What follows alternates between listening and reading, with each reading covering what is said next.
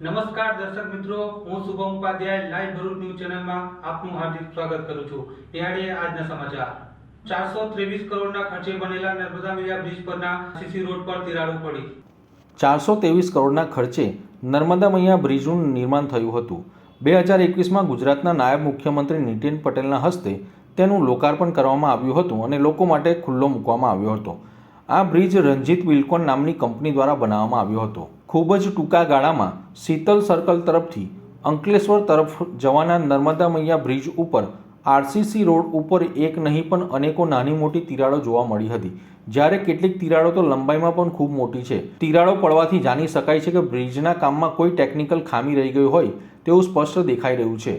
જો વહીવટીતંત્ર દ્વારા આ તિરાડોને સમયસર પૂરવામાં નહીં આવે અને તેની ઉપર યોગ્ય સમારકામ કરવામાં નહીં આવે તો ભવિષ્યમાં આ તિરાડો વધુ પહોળી બની શકે છે અને જેને લઈને બ્રિજને તથા બ્રિજના સ્પામ અને તેના પિલરોને ભારે નુકસાન થઈ શકે છે અને ભવિષ્યમાં કોઈ મોટી હોનારત સર્જાય તે પણ બની શકે છે। જો જિલ્લા વહીવટીતંત્ર દ્વારા મરામત કરીને તેને પૂરવામાં નહીં આવે તો ભવિષ્યમાં તેની અસર બ્રિજના બનેલા પિલરો અને સ્પામ ઉપર જોવા મળશે તેમ એક નજરે જોવા મળી રહ્યું છે। ભરૂચ જિલ્લા વહીવટીતંત્ર દ્વારા આ બ્રિજ ઉપર પડેલી તિરાડોને વહેલી તકે તેનું સમારકામ કરાવી ભવિષ્યમાં કોઈ મોટી હોનારત થતી અટકાવી શકાય છે। અંકલેશ્વરની અમલા ખાડીમાં ફરી એકવાર લાલ રંગનું કેમિકલયુક્ત પાણી વહેતું થયું। અંકલેશ્વરમાં ફરી આમલા ખાડીમાં લાલ રંગનું કેમિકલયુક્ત પાણી દેખાતા લોકોમાં કુતૂહલનો માહોલ સર્જાયો હતો। ગત રાત્રિના સમયે અંકલેશ્વરના સ્ક્રેપ માર્કેટમાંથી પ્રદૂષણ માફિયાઓ દ્વારા કેમિકલયુક્ત લાલ પાણી આમલા ખાડીમાં છોડી દેવામાં આવ્યું હતું। આ લાલ રંગનું કેમિકલયુક્ત પાણી આમલા ખાડીમાં વહેતા જ આમલા ખાડી જાણે ફરીથી લોહીની નદી બની ગઈ હોય તેવા દ્રશ્યો જોવા મળ્યા હતા। આ ઘટનાની જાણ થતાં અંકલેશ્વરના પર્યાવરણ પ્રેમીઓ દ્વારા તેઓએ તાત્કાલિક ધોરણે જીપીસીબીના અધિકારીને ફરિયાદ કરી હતી। ફરિયાદના આધારે જીપીસીબીના અધિકારીઓએ સ્થળ ઉપર દોડી આવી વધુ તપાસ હાથ ધરી હતી। જોકે અગાઉ પણ પ્રદૂષણ ફેલાવવાના અનેકો કિસ્સા સામે આવ્યા છે, પરંતુ જીપીસીબીના અધિકારીઓ દ્વારા કોઈપણ નક્કર કામગીરી કરવામાં ન આવતા જેને લઈને પ્રદૂષણ માફિયાઓ બેફામ બન્યા છે।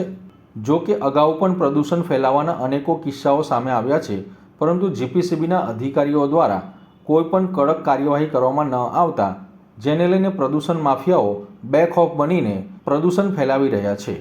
જો ભવિષ્યમાં પણ જીપીસીબી દ્વારા કડક અને નક્કર કાર્યવાહી કરવામાં નહીં આવે તો આવનારા સમયમાં અંકલેશ્વરનું પ્રદૂષણમાં મોખરે નામ આવે તેમાં શંકાને કોઈ સ્થાન નથી। ભરૂચના પાંચબત્તી પાસે આવેલ બીજી ટ્રેડ સેન્ટરનો દાદર ધરાશાયી થયો। ભરૂચ શહેરના વ્યસ્ત પાંચબત્તી સર્કલ ખાતે આવેલ બીજી ટ્રેડ સેન્ટરમાં આજે દાદર ધરાશાયી થવાની ઘટના સામે આવી છે। નોંધનીય છે કે વર્ષ 1987માં બનેલું આ શોપિંગ સેન્ટર અત્યંત જર્જરિત હાલતમાં હોવા છતાં અગાઉ પાલિકા દ્વારા 3 વખત નોટિસ આપવામાં આવી હતી, પરંતુ શોપિંગ સેન્ટર સંચાલકો દ્વારા કોઈ નક્કર પગલાં લેવાયા ન હતા। દાદર ધરાશાયી થવાથી અહીંથી રોજ દર્દીઓની અવરજવર રહેતી ડૉક્ટર માલજીવાલા અને ડૉક્ટર અંતાની તરફ જતો માર્ગ જોખમી બન્યો હતો। ઘટનાને ધ્યાનમાં રાખીને નગરપાલિકાની ફાયર વિભાગની ટીમે તાત્કાલિક કાર્યવાહી કરી દાદરને સીલ કર્યો છે। જર્જરિત હાલત હોવા છતાં રોડ તરફ આવેલી દુકાનોના દુકાનદારો દ્વારા પણ કોઈ ગંભીરતા દાખવવામાં આવી નથી। પાલિકાની વારંવાર રજૂઆત અને નોટિસો બાદ પણ કોઈ કાર્યવાહી ન થતાં ભવિષ્યમાં મોટી જાનહાનિ સર્જાઈ શકે તેવી શક્યતા વ્યક્ત કરી છે। જ્યાં સુધી આ જર્જરિત શોપિંગ સેન્ટરને સંપૂર્ણ રીતે સીલ કરી યોગ્ય કાર્યવાહી કરવામાં નહીં આવે ત્યાં સુધી પાંચબત્તી સેવાશ્રમ રોડ વિસ્તારને જોખમી ગણવો પડે તેવી સ્થિતિ સર્જાય છે। હવે નગરપાલિકા તંત્ર કડક પગલાં લેશે કે નહીં તે જોવું રહ્યું। ગોપાલ ભુવા બીજી ટ્રેડ સેન્ટરની અંદર કુરિયર સર્વિસની ઓફિસ ચલાવું છું। અમારું કોમ્પ્લેક્સ લગભગ 35-40 વર્ષ સમથિંગ થઈ ગયેલા છે, તો કોમ્પ્લેક્સ ઘણું જર્જરિત હાલતમાં થઈ ગયું। આગળ પણ 2-3 વખત ગાબડા પડેલા છે। નગરપાલિકાએ નોટિસો બી 3 વખત આપી, છતાં પણ કોઈ બીજી ટ્રેડ સેન્ટરના એસોસિએશન છે કંઈ હજી ખબર નહીં કંઈ કરતા છે કે નહીં। આજે ફરી વખત એ જ હાલત મારી પાછળ જોઈ શકો છો। ગાબડું પડ્યું તો ફરી નગરપાલિકા આવીને સીલ કરી ગયેલું છે। તો જોઈએ નગરપાલિકા એમાં શું કરે છે અને એસોસિએશન શું કરે છે। આગળ પણ કોઈ મોટી જાનહાનિ ન થાય એના માટે નગરપાલિકાએ પૂરેપૂરી તકેદારી લેવી જોઈએ।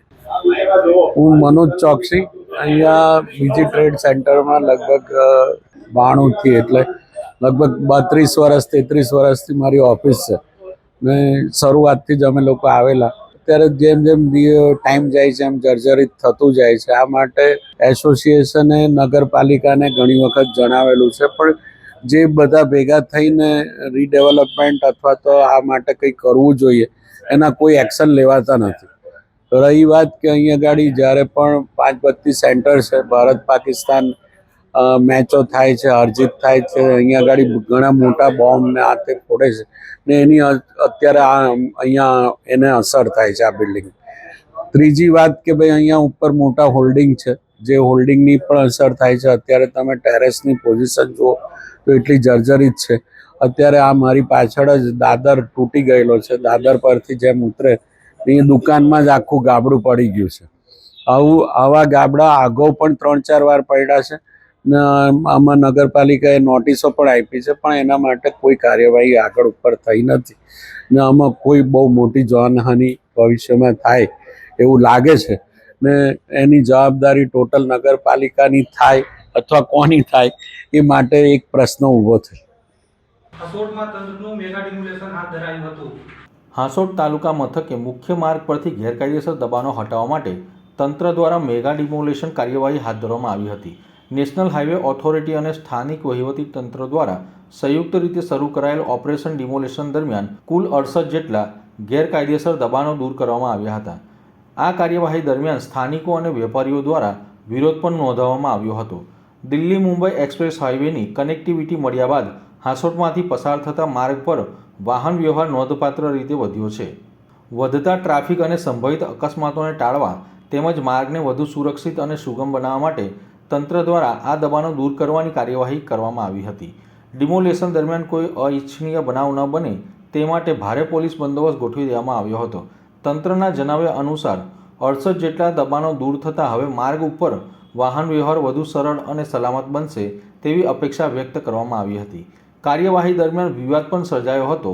કેટલાક સ્થાનિક અને દુકાનદારોએ તંત્ર પર ભેદભાવ કર્યો હોવાનો આક્ષેપ કર્યો હતો. અમુક દબાણો હટાવવામાં ન આવતા આ બાબતે સ્થાનિકોએ ખુલ્લેઆમ વિરોધ નોંધાવ્યો છે. અંકલેશ્વરના પૂનગામ નજીક દિલ્હી એક્સપ્રેસવેની કનેક્ટિવિટી મળ્યા બાદ સુરત તરફ જતા મોટાભાગના વાહન ચાલકો આ માર્ગનો ઉપયોગ કરી રહ્યા છે. પરિણામે હાંસોટ ટાઉનનો આ માર્ગ અતિ વ્યસ્ત બન્યો છે, જેને ધ્યાનમાં રાખી તંત્ર દ્વારા માર્ગને ખુલ્લો અને ટ્રાફિક મુક્ત બનાવવા માટે આ કાર્યવાહી હાથ ધરવામાં આવી હતી. સર, આજરોજ તંત્ર દ્વારા શું કાર્યવાહી હાથ ધરવામાં આવી છે?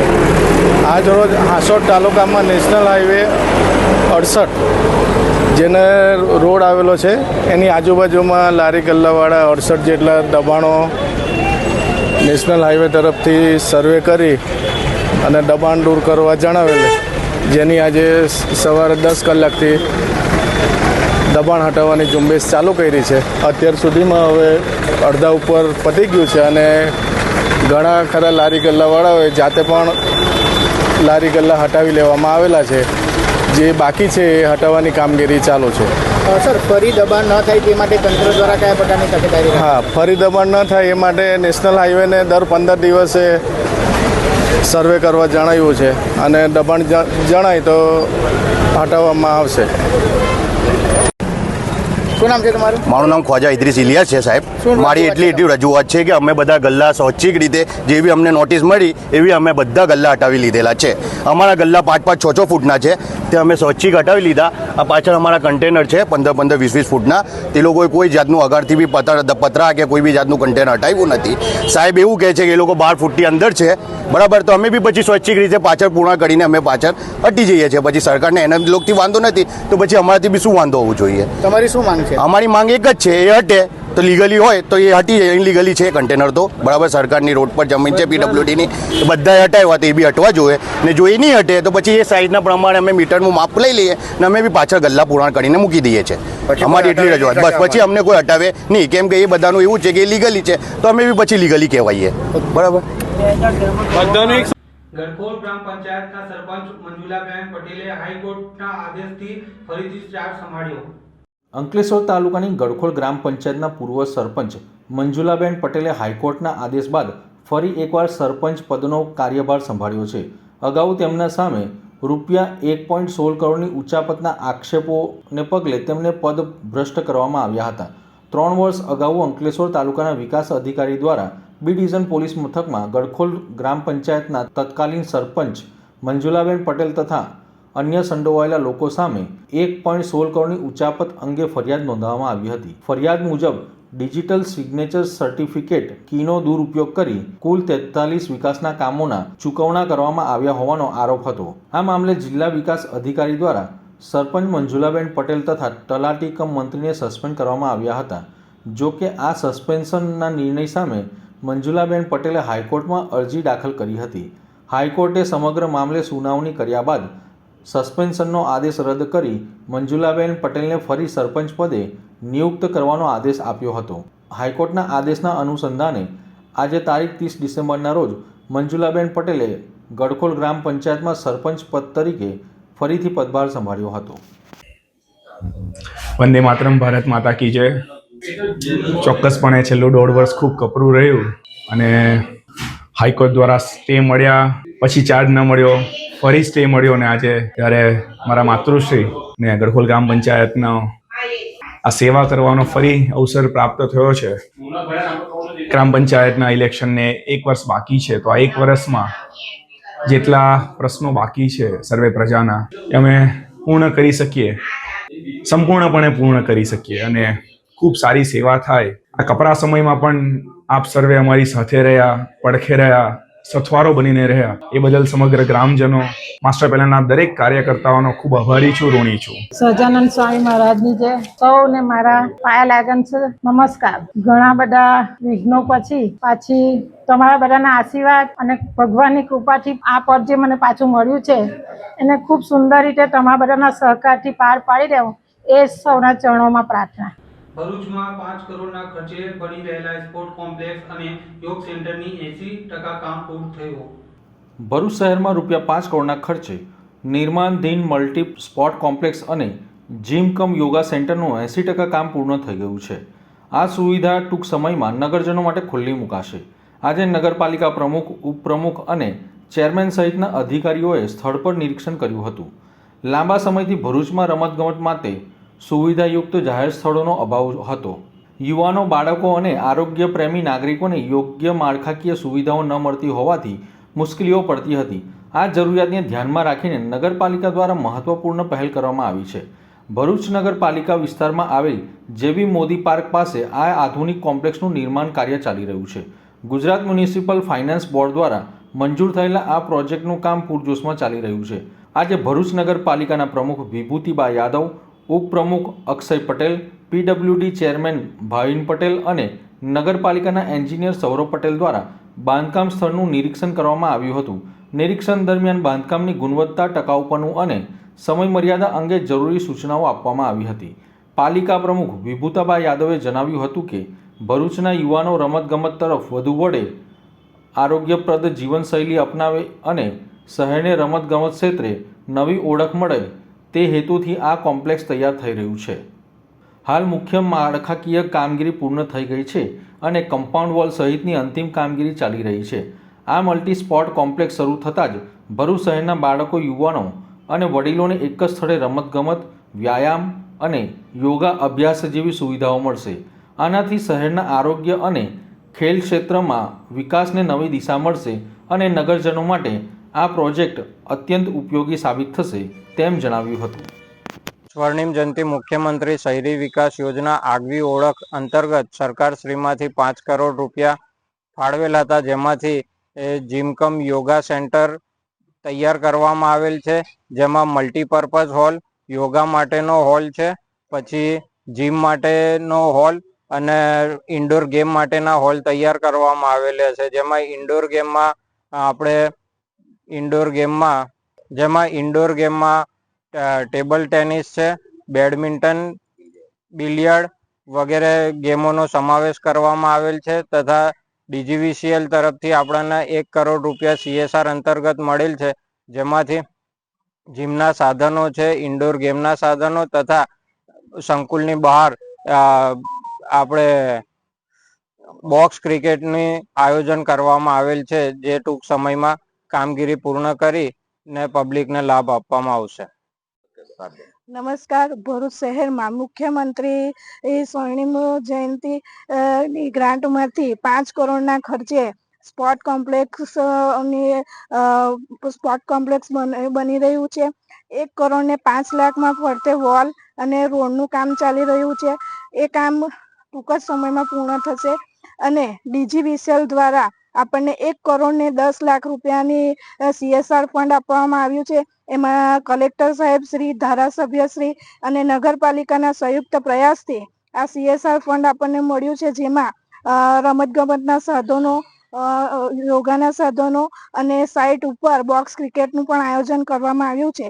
એ કામ હવે છેલ્લા તબક્કામાં છે, ટૂંક જ સમયમાં પૂર્ણ થશે અને ભરૂચના નગરજનો માટે આ સ્પોર્ટ કોમ્પ્લેક્સ જલ્દીમાં જલ્દી ખુલ્લું મૂકવામાં આવશે. ભરૂચની કેજે ચોકસી લાઇબ્રેરીમાં કનૈયાલાલ મુનશીજીની જન્મ જયંતિ ઉજવાઈ હતી. ભરૂચની કેજે ચોકસી પબ્લિક લાઇબ્રેરી ખાતે ભરૂચના પનોતા પુત્ર અને મહાન સાહિત્યકાર કનૈયાલાલ માનેકલાલ મુનશીજીની જન્મ જયંતિની ઉજવણી કરવામાં આવી હતી. આ પ્રસંગે ભારતીય વિદ્યા મંદિરના ધોરણ 8 અને 10ના વિદ્યાર્થીઓએ મુનશીજીના જીવન દર્શનનું વાંચન કરી તેમના વિચારો અને યોગદાનથી પરિચિત થયા હતા. ગ્રંથપાલે જણાવ્યું હતું કે નવી પેઢીને દેશના મહાન વ્યક્તિઓ, ઇતિહાસ અને સંસ્કૃતિ સાથે જોડવું આજના સમયમાં અત્યંત જરૂરી છે. વિદ્યાર્થીઓએ મુનશીજીની ભરૂચના પનોતા પુત્ર હતા તથા મુનશીજીનો ટેકરો વિસ્તાર સાથે તેમનો સંબંધ હોવાનું પણ જાણવા મળ્યું હતું. કાર્યક્રમના અંતે આશા વ્યક્ત કરવામાં આવી હતી કે વિદ્યાર્થીઓ મુનશીજીના જીવન પ્રેરણાથી લઈ ભવિષ્યમાં રાષ્ટ્રહિતમાં યોગદાન આપશે તે જણાવ્યું હતું. એક સમયમાં ભરૂચમાં આ નામનો વિસ્તાર ખૂબ જ જાણીતો હતો. ત્યાં વસતા બ્રાહ્મણોની વસ્તીમાં માણેકલાલ નરભેરામ મુનશીના ઘેર 1887ના ડિસેમ્બર માસની 30મી તારીખે પુત્રના જન્મ થયો.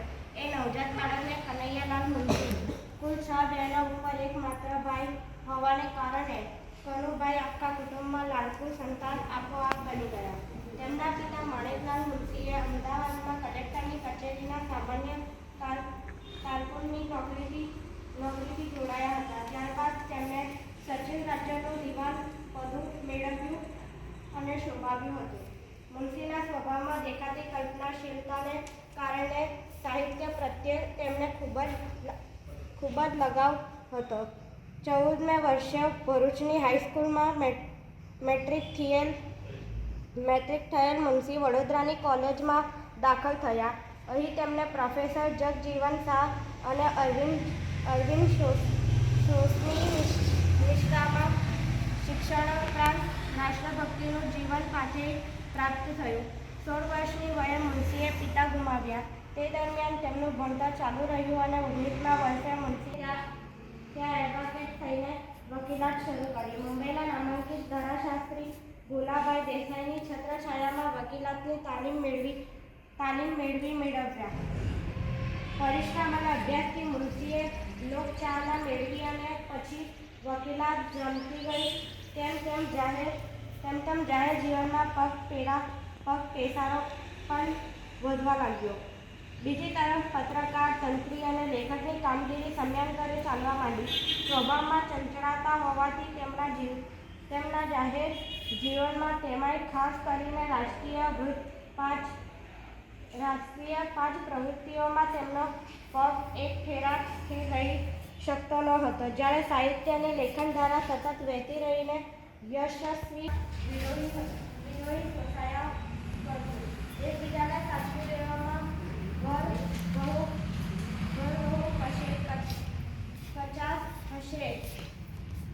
કચાશ હશે કે તેમ જાણવું મુશ્કેલ. વેરની વસૂલાતમાંની તનમનના જોતા જજો બધી પુસ્તકો.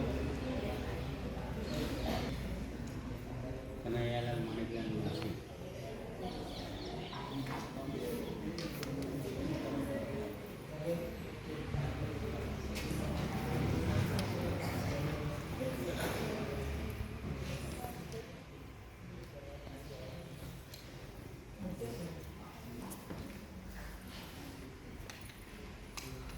ભરૂચના રેલવે સ્ટેશન નજીક અજગર દેખાતા લોકોમાં ભયનો માહોલ જોવા મળ્યો હતો.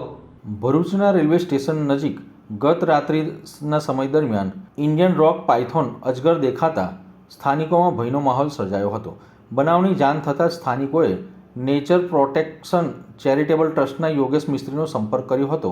યોગેશ મિસ્ત્રી તેમની ટીમ સાથે તાત્કાલિક સ્થળ પર પહોંચી વન વિભાગના આરએફઓના માર્ગદર્શન હેઠળ સાવચેતીપૂર્વક અજગરનું રેસ્ક્યુ કર્યું હતું અને રેસ્ક્યુ બાદ અજગરને કોઈપણ ઈજા ન થાય તેવી રીતે સલામત રીતે વન વિભાગને સોંપવામાં આવ્યો હતો. સમયસર કરાયેલ કાર્યવાહીથી કોઈ જાનહાનિ થઈ ન હતી અને સ્થાનિકોએ રાહતનો શ્વાસ લીધો હતો. અંકલેશ્વરમાં પોલીસ ક્વાર્ટર ખાતે બ્રહ્મકુમારી વિશ્વવિદ્યાલય દ્વારા મેડિટેશન કાર્યક્રમ યોજાયો હતો.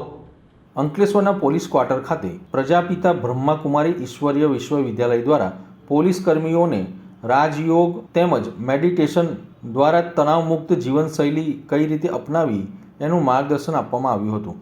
અંકલેશ્વરની શક્તિનગર સોસાયટી ખાતે આવેલ પ્રજાપિતા બ્રહ્માકુમારી ઈશ્વરીય વિશ્વવિદ્યાલય દ્વારા બ્રહ્માકુમારી નીમાબેનના માર્ગદર્શન હેઠળ અંકલેશ્વરના પિરામણ નાકા નજીક આવેલ પોલીસ લાઇન ખાતે અંકલેશ્વરના 6 પોલીસ મથકના પોલીસ કર્મીઓને બ્રહ્માકુમારી ઈશ્વરીય વિશ્વવિદ્યાલયના કોર્પોરેટ ટ્રેનર મનોજ કોટવાલ અને કેયુર પરમાર દ્વારા રાજયોગ મેડિટેશન દ્વારા તણાવમુક્ત જીવનશૈલી કેવી રીતે અપનાવી તે અંગે માર્ગદર્શન પૂરું પાડવામાં આવ્યું હતું અને આ પ્રસંગે પોલીસ અધિકારીઓ અને પોલીસ કર્મીઓ પણ ઉપસ્થિત રહ્યા હતા. તો આ હતા આજના સમાચાર. નવી ઘટનાઓ સાથે ફરી મળીશું. નમસ્કાર.